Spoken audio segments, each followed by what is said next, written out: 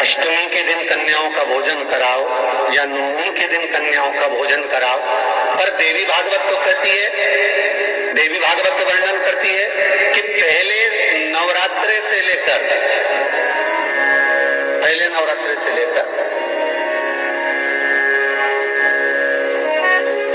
नौमी तिथि तक जितने दिन देवी के होते हैं, प्रत्येक दिन में आप किसी भी दिन कन्याओं का भोजन करा सकते हो, पहली रात्रि से लेकर, पहला दिन से लेकर।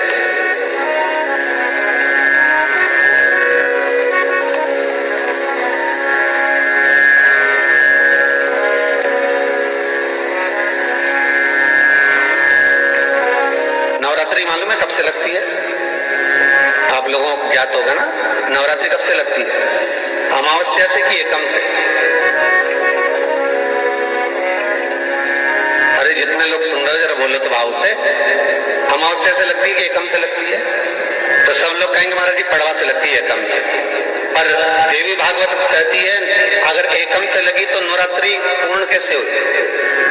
एकम का दिन लगी तो एकम के दिन की रात्रि, फिर दूज के दिन की रात्रि, तीज के दिन की रात्रि, चतुर्थ दिन की रात्रि, पंचम दिन की रात्रि, छठे दिन की, सातवें दिन की, आठवें दिन की, नवे दिन की रात्रि।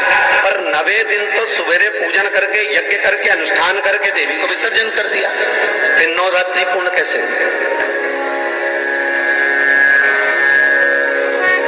नवरात्रि की पूर्णता होती है अमावस्या की रात से गिनी जाती है। कौन से दिन से गिनते हैं? अमावस्या की रात्रि, फिर एकम की रात्रि, फिर दूज की रात्रि, ऐसे गिनते गिनते अष्टमी की रात्रि तक और नौमी के दिन सुबह तक या दोपहर तक या शाम तक, जब तक आप यज्ञ ना करें तब तक ये 9 रात्रियां पूर्ण गिनी जाती है महाराज देवी भागवत के हिसाब से। पूर्णता में गिनी।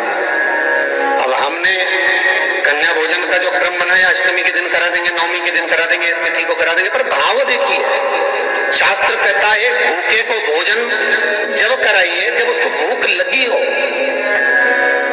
और ऐसों को कराइए जिसको जरूरत पड़ रही है। सुनो पार्वती, मंदिर के अंदर नंदी रहता है, जाने वाला यात्री जब मंदिर में मेरा दर्शन करने आता है तो नंदी के कानों में कहकर जाता है कि शिव जी को मेरे यहाँ लेकर आना। मैं नंदी के अनुसार उनके घर जाता हूँ, मेरा काम है उनका कल्याण करना और तेरा काम है उनके घर की नारी को अखंड सौभाग्यवती का वर प्रदान करना, ये तेरा।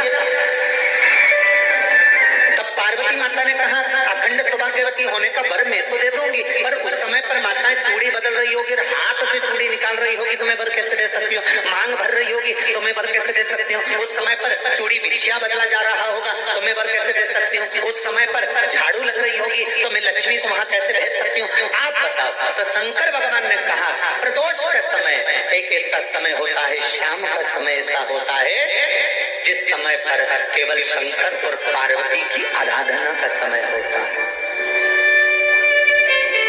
हम तो कई लोगों से कहते हैं अगर आपके यहाँ संपदा नहीं आ रही है, बहुत मेहनत कर रहे हो, फल नहीं मिल रहा, कहीं नौकरी, कहीं सर्विस या कहीं व्यापार या व्यवसाय में कहीं तकलीफ आ रही है, हम सबसे कहते हैं शाम का समय पकड़ लो, शंकर जी के मंदिर में दिया लगाना प्रारंभ कर दो। शिव मंदिर में अगर दिया नहीं लगा रहे हो तो बेलपत्री के पेड़ के नीचे दिया गया। बेलपत्री और शंकर जी के मंदिर में दिया नहीं लगा रहा तो शंकर जी के मंदिर के बाहर चौखट पर दिया लगा गया।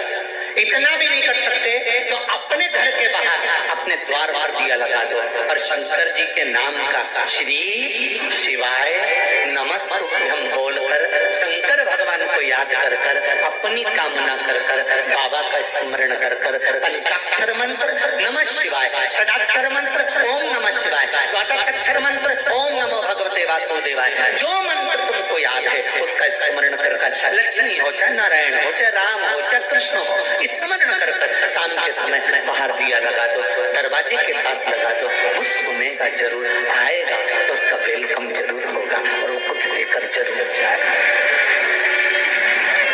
नियम तो बनाओ, उसकी चौखट पर जाकर कहना।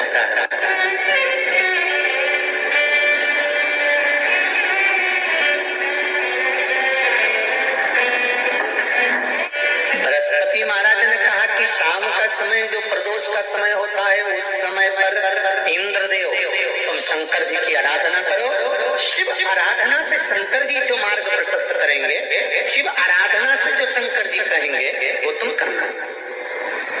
ठीक है, आराधना करी बाबा भोलेनाथ जी।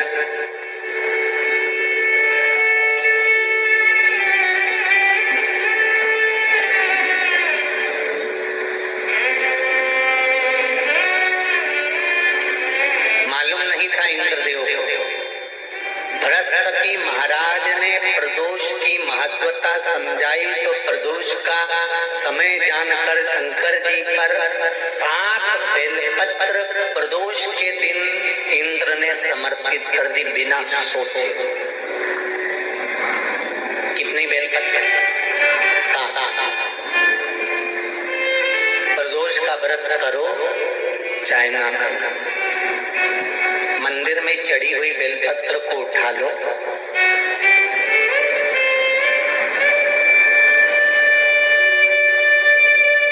बेलपत्र का ब्रह्म कमल बना लो,